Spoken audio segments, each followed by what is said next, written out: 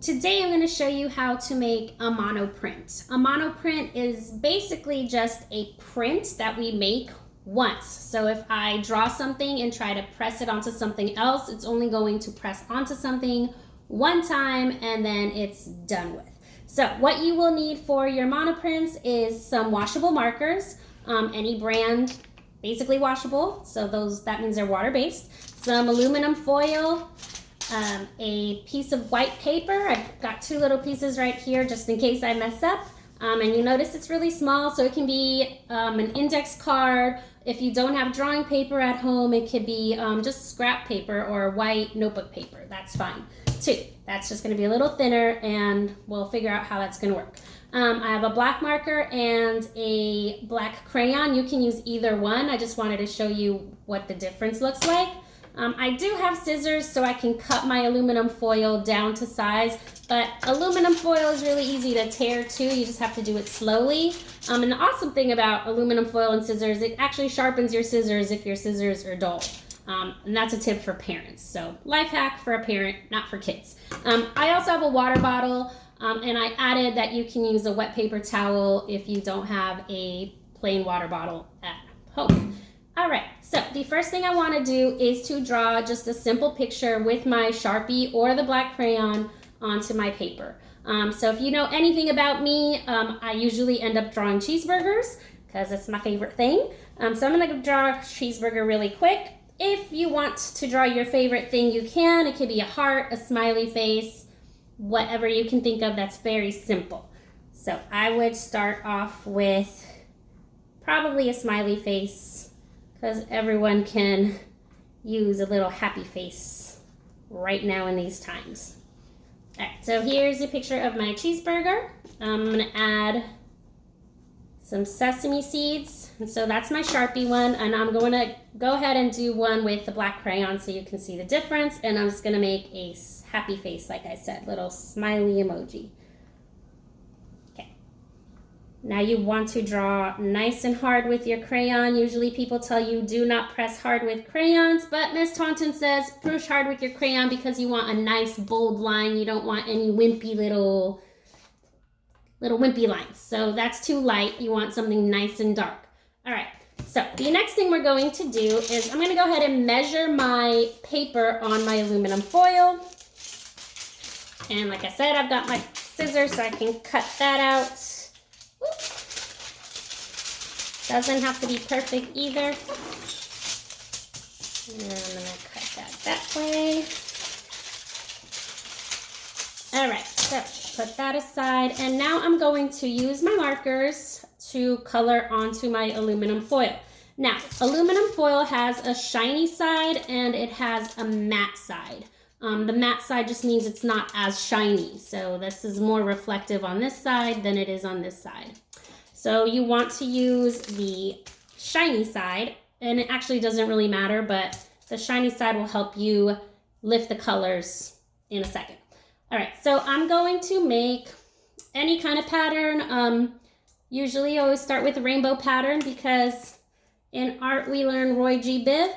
And you're going to notice when you color on your aluminum foil that it doesn't really color on the way you would want it to, but that's okay. So just go ahead and quickly color. Try not to touch that marker because your hands will get dirty, but art's always messy and that's okay too.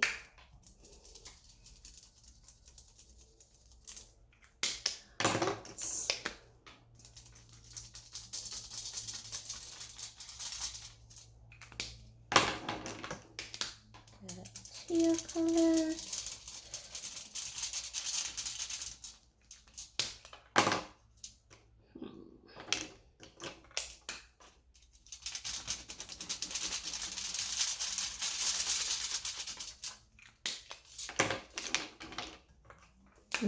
Use purple again to complete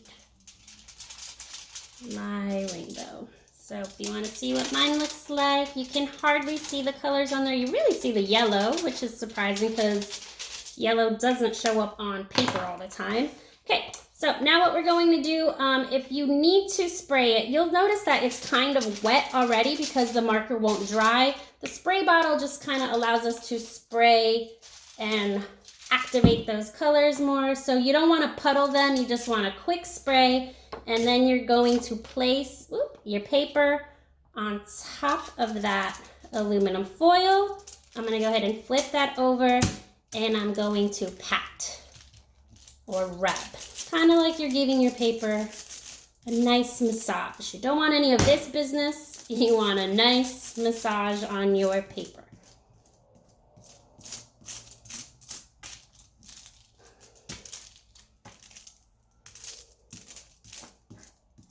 All right, I'm gonna go ahead and lift that. And now I have a rainbow kind of splattered monoprint cheeseburger. So really easy art, and like I said, it's only a one-time use thing. You can see there's still some color on there. So I got a paper towel and I can clean that off real quick. And I'm just going to scribble on some color very quickly. Kids are probably thinking, Miss Thompson tells us not to scribble in class. Sometimes scribbling is okay when you're trying to do something fast, and especially when you're making abstract art that is not real looking. Sometimes colors kind of blend into each other really cool. And what other color do I need here? All right, now I'm gonna try my crayon one just to show you the difference between the marker and the crayon. And this time I'm not gonna spray it, just to see what it turns out like. So I'm gonna go ahead and push that down and massage my paper.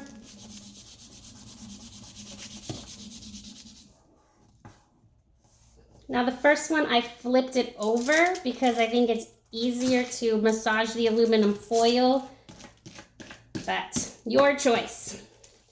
It's your art, so whatever it looks like, you made it, so it's gonna be awesome either way. All right, so I'm gonna go ahead and lift that, and there is my happy face. So either way, see, that's nice and dry already. So it looks like I painted something, but it's not wet at all. This one's also dry. So the colors are a little bit more vibrant and bright and bold when I sprayed it. Then this one I did not spray with water, but either way it looks really cool. So go ahead and try that out and show me what yours looks like. Have fun, guys.